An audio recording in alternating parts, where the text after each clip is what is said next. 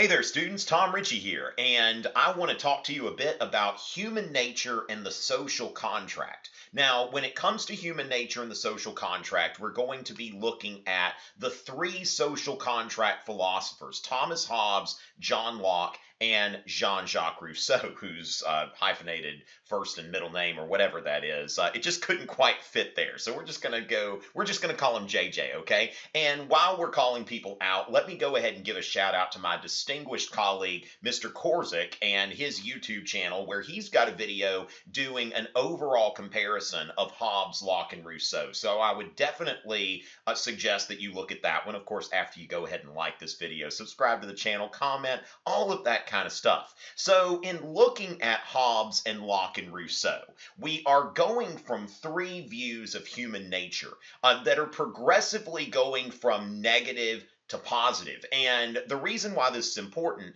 is because it sets up the rest of each of these social contract philosophies. So starting with Thomas Hobbes says that humans are certain to destroy each other in the absence of sovereign authority. So he's looking at human beings as naturally contentious, that we're basically born and it's like, where's somebody I can kill?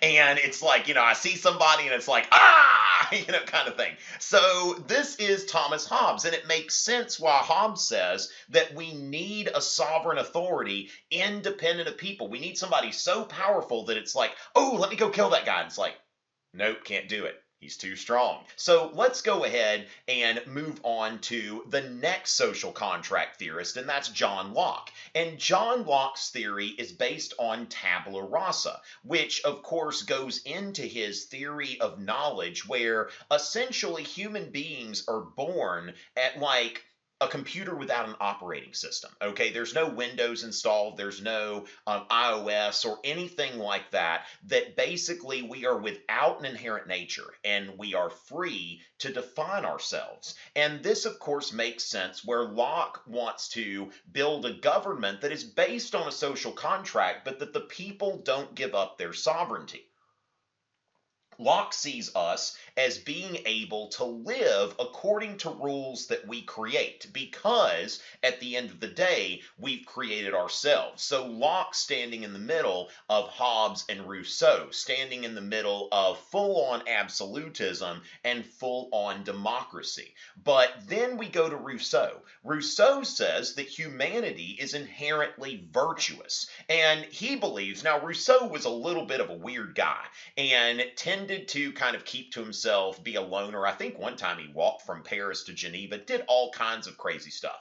But Rousseau's idea of human beings in the state of nature before the social contract is that we're naturally compassionate. We do not desire to harm each other. Now, the other part is he sees pre-social contract humans as being kind of antisocial, much like himself, and that there wasn't a lot of contact, that I'm almost indifferent to other people, except that I don't want them to suffer. I don't want to kill anybody or anything like that. So then you go to Rousseau's social contract, which says that the government should act according to the general will, should act according to principles of democracy. Well, this makes sense because Rousseau sees human beings as naturally virtuous and benevolent. So it follows from that that Rousseau would also come to the conclusion that a group of human beings together, when their general will is calculated, that this will yield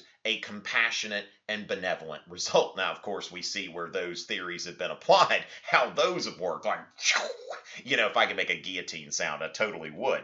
And so with that, looking at these three theorists, and this will, of course, give you a basis for further study. Now, I have a video comparing Thomas Hobbes and John Locke, and I'm working on another one comparing John Locke and Jean-Jacques Rousseau, which will probably be released by the time a lot of you are watching this video. So take a look at that. And remember, also check out my friend Mr. Korzik and his channel. All of that's going to be in the description. Also, let me know, what do y'all think? Thomas Hobbes, John Locke, Jean-Jacques Rousseau, maybe rank them first to third. Which one of these do you think has the most to say in terms of your experience, and which one is just okay? cuckoo. That's just not like real life. It's always a pleasure.